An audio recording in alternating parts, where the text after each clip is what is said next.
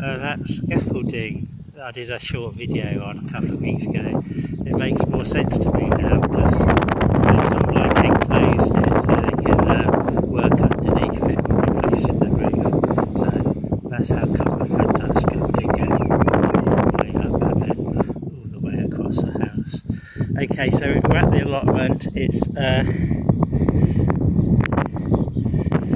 Thursday the 8th of May.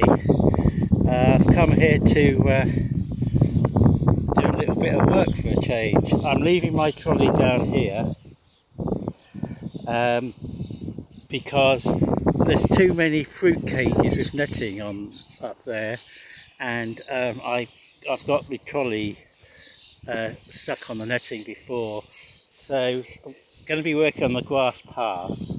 So I've got the old faithful hand shears and kneeling pad to do it the old fashioned way, and I've also bought a grass strimmer along. I actually bought this in January, but this is the first time I'm going to use it, and got a lawn rake to rake up the lawn cuttings, the grass cuttings, and a couple of bags to put them in, a couple of energy drinks, and later afterwards I'm going to be working on doing some weeding. So that's just a hand fork that I bought from Asda. See how it goes.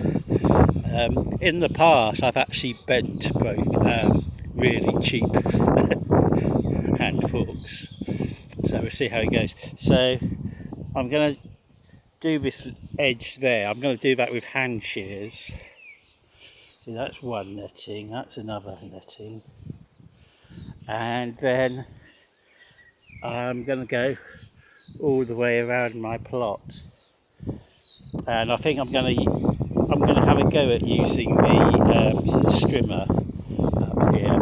Here there's some strawberries, so I'll resort back to using the hand shears there.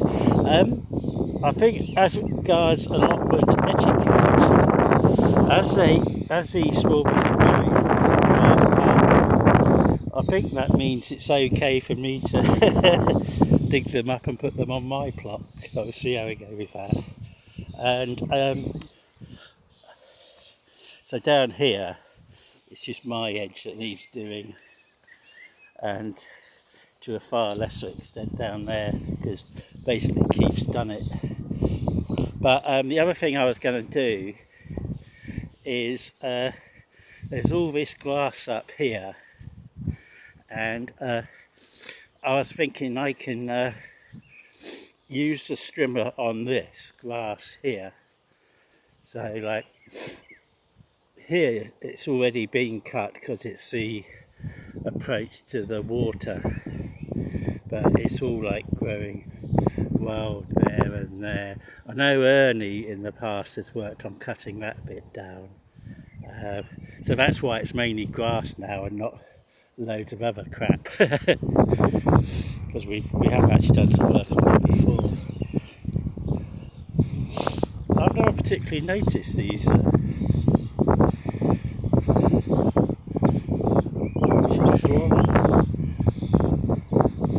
right, that's just been being nosy.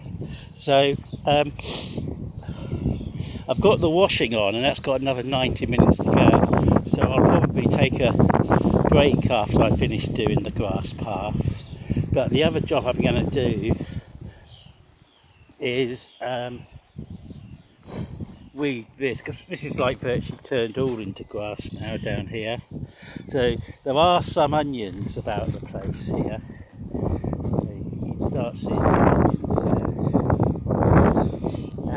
And I think that's my mummy fork, and I brought my baby fork with me, and I've left my daddy fork at home. So if I'm coming across bindweed, I'll use the fork elsewhere on the plot to dig up the bindweed, but basically I'll use that hand fork to dig up the grass here, I think. So that'll be later on this morning. I won't be doing that first. I'll be doing the grass path first.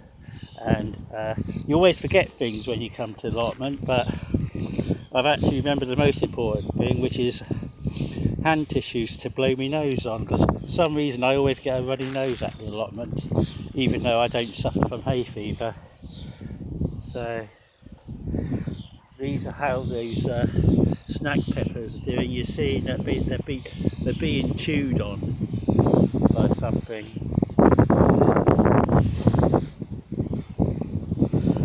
That's my alleged main entrance in the giant onion growing challenge.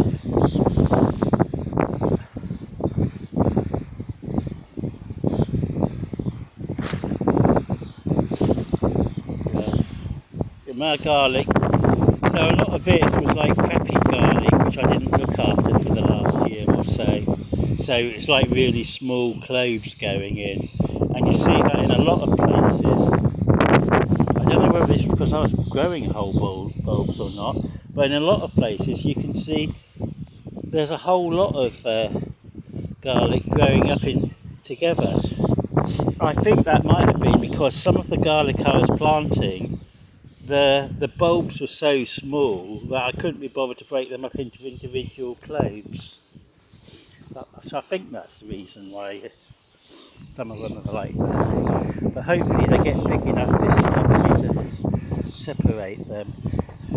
So this flower, whatever it is still going strong.